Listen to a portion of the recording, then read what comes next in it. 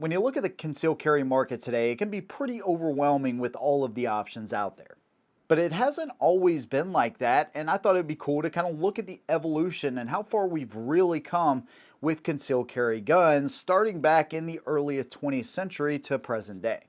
I'd love to hear about what your favorite concealed carry guns are, or significant things that you think happen to push concealed carry into the mainstream, some of which we'll talk about, but I'd love to hear your opinions on this. Leave those down below after the video, and if you like what I do, consider subscribing. Let's go and get into it. I think in 1929, in the US anyways, there might have been 7 shall issue states, but it wasn't seen as like a right or something attached to the Second Amendment like it is today. And so like mid 1800s, early 20th century, you started to see this crackdown on concealed carry. Now I want to start in 1929, but that's not when concealed carry pistols came along. Abraham Lincoln was killed with a Derringer by John Wilkes Booth. You had the pepperbox revolver. You had the M1903, the 1906, the 1910 that John Browning made. You, of course, had the 1911.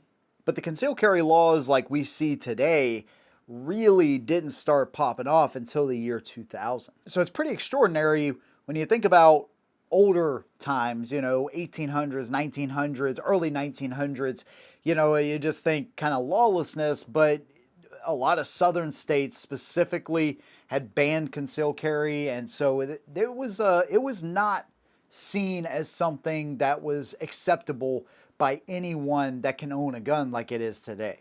First gun I want to talk about is the Walther PPK. Now when you look at this gun, even by today's standards, it's really concealable. It's really impressive. I mentioned the 1911.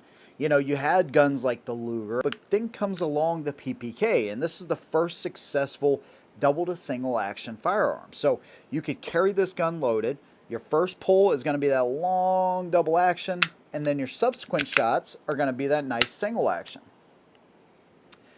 Fixed barrel, blowback design. It's serrated on the top. It's got decent sights for the time. Nothing high contrast like we have today, but not too bad. A little bit of a beaver tail. You're going to get slide bite with this gun, at least I do anyways. And you have 7 rounds in the magazine. And like I said, when you look at this gun, even by today's standards, this is a super concealable gun, and they're still made today. So if you wanted a pocket pistol at the time, and a lot of high-ranking German officers carried these things, and it was just a fantastic carry piece.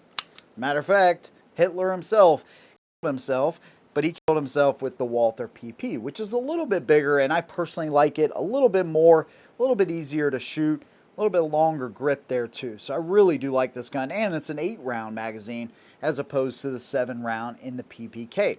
But even back then, they had these finger extensions. I actually have an original one for my PPK. You can check out my comparison with these two guns if you want to find out more about them, but still serrated on the top, double to single action, just a fantastic carry piece.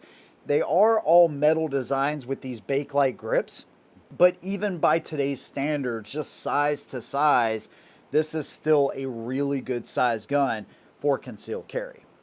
I think it'd be negligent to dismiss revolvers too in concealed carry conversation, because these things ruled the roost from, the 1800s, mid 1800s, all the way up until like 1980. Now, of course, your 1911 became really popular. The M1903s, the 1910s became popular. But still, revolvers, they evolved, and a lot of people carried these.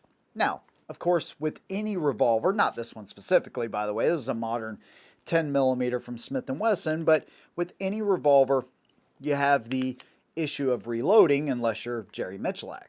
I don't have a ton of experience with revolvers. I haven't spent a lot of time with them, but at the same time, I do respect what they did for concealed carry and how many people were able to protect themselves because of guns like this. And then the 1980s, and this is where Glock makes their name. This is why we know Glock as we do today. One of the most popular platforms on the planet is because of what they did in the 80s and beyond. And, they took the polymer frame and revolutionized it. They weren't the first, but they revolutionized it and made it into what we know today. And so this gun freaked people out when it came out. I mean, people were like, man, you're going to be able to go into airports, have a loaded gun, nobody's going to know. Of course, that's kind of silly. It's a all metal slide, metal components on the inside, but anyways, people didn't know. They thought steel frame guns, that's what we know. This is weird and different. But it did revolutionize the market. 9mm, of course, allowed you to get a good amount of rounds in the gun. You could carry the gun with the safe action trigger design. You had 17 rounds in the Glock 17, and 1989 is when the 19 came out, which gave you 15 rounds, a little bit more concealable. And then police agencies started buying these things up, and they still provide more guns to more police agencies than any other manufacturer. And when you look at a modern polymer frame striker fire gun, I think there are much better options today than Glock. But every one of those companies essentially can thank Glock for this design because it has been incredibly successful and safe for, like I said, a lot of people in a long time. It really is a fantastic design. So although I think there's better options than Glock today, we really have them to thank for the modern polymer frame gun market that we know. And then the mid-90s, and this is where the baby Glock comes out, the 26 and the 27. So, you know, even when you look at these two guns today, it is obvious which one would be a better concealed carry gun. Now, what's interesting is in 1989, there was 9 states that had concealed, maybe 7 states, that had a shall issue concealed carry status. In the year 2000, there was 30 states. In 2008, when the Heller case happened, that basically made concealed carry as a part of the Second Amendment, meaning that no longer were these two things seen as different, but one and the same. I know Illinois was the last no-issue state, but no longer do we have any no-issue states. Now, of course, you have may-issue states. You still have, I think, 7 of those, but most states are shall issue. Then, of course, we have constitutional carry that's growing. So, you know, from the 80s to 2023, the map has completely changed. It's really interesting. And, you know, this is right before the year 2000. This is when concealed carry is starting to gain in popularity. You have a 10-round gun. You have a decent set of sights. And what Glock did is really smart back then. Even though I give them, you know, a hard time about it now, but they basically made the same exact gun, but they slimmed it down. And this is what all companies were doing essentially at the time. Make your same gun, but slim it down. Shorten the grip. Make it more concealable. And they still had the interchangeable magazines of the bigger Glocks. And so that was really important too. So you got a shortened grip, shortened Glock, same sights, same trigger essentially, and way more concealable. So the Glock 26, then they still make it. They, you know, they have the Gen 3, Gen 4, Gen 5. But even by today's standards, the Glock 26 to some people is still the ultimate carry gun. I bought this gun, I think, like 8 years ago. And I don't carry it ever, but I use it in videos like this. And honestly, I can't see myself getting rid of it because when it comes to concealed carry Glocks, even compared to the ones today, it's probably my favorite for concealed carry. Now that brings us up to 2008, and that's when the LCP came out. And although it was a hard gun to shoot, long double action trigger pull, 6 rounds, it still made pocket carry really comfortable and a viable option for a lot of people. And since then, they've upgraded. This is the LCP Max, which has 10 rounds now, a much better trigger, much better sights too. But regardless, this was a fairly popular option. And then you had the M&P Bodyguard. Same type of deal. Long double action trigger pull, but really comfortable to carry. So if you needed an up close and personal, you know, somebody's right on top of you type of option, these things are still carried as backups today. And like I said, they've gone through a couple of different iterations, at least with the LCP, where they went to the LCP2 and then the LCP Max, to make them even more of a viable option. Mrs. Headshot has carried this gun.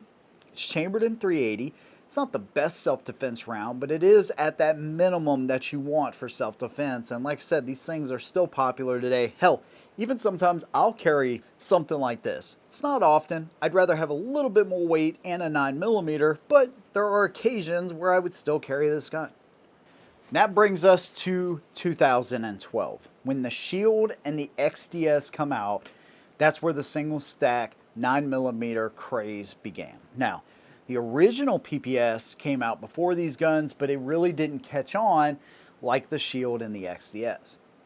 The XDS first came out, it was in 45, the Shield was in 9, and since then, we still have these guns around. Now, Springfield has gone to the Hellcat over the XDS, but the Shield has gone through several iterations of it, several changes, and is still one of the most popular carry guns on the market.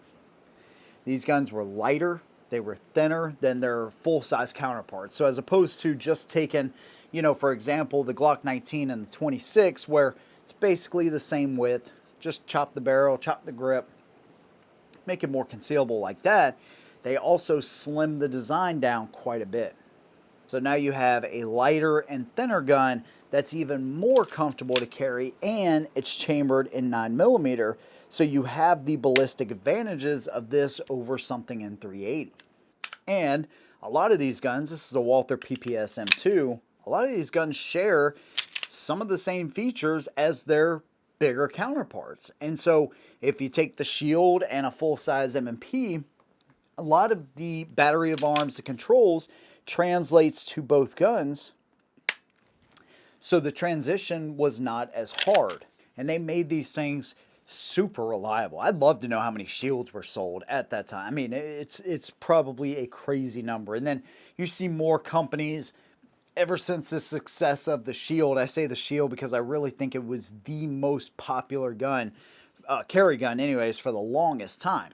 In 2018, the P365 changed the concealed carry market again, because one thing I didn't mention with your single stack 9s is, yeah, the controls were very similar to their full-size counterparts. Yes, they were lighter. Yes, they were definitely thinner.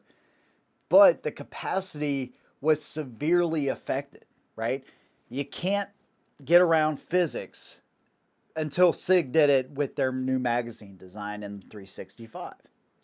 So as opposed to 6, 7, maybe 8 rounds, but 8 rounds was kind of pushing it, now we have a 10-round minimum that's still used today.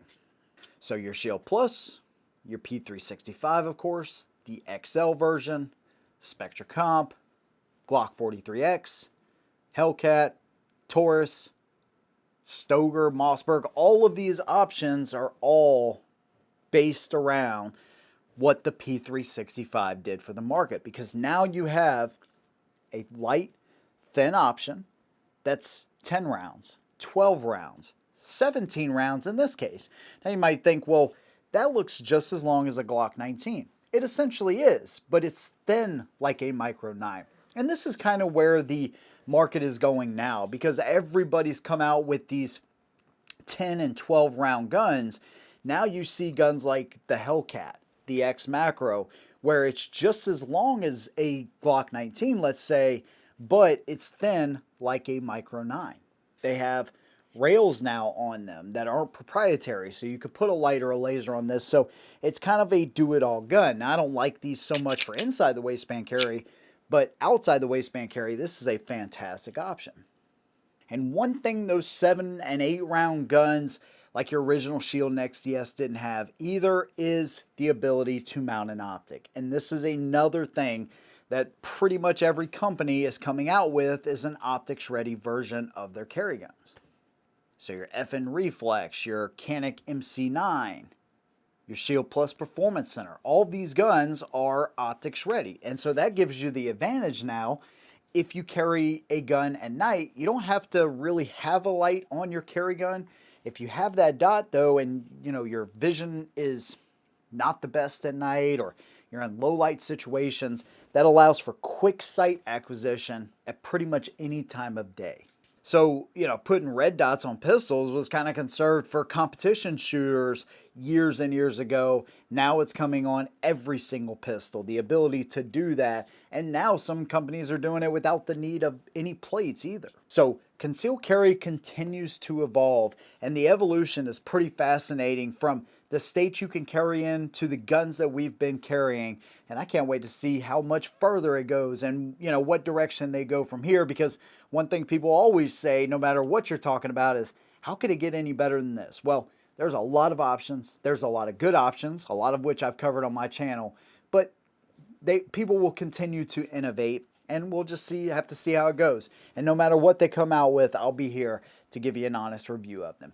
Big thanks to you guys for watching. If you like what I do, consider subscribing, or you can join the channel right here or join us on Patreon. Big thanks. See you in the next one. And as always, hold them down.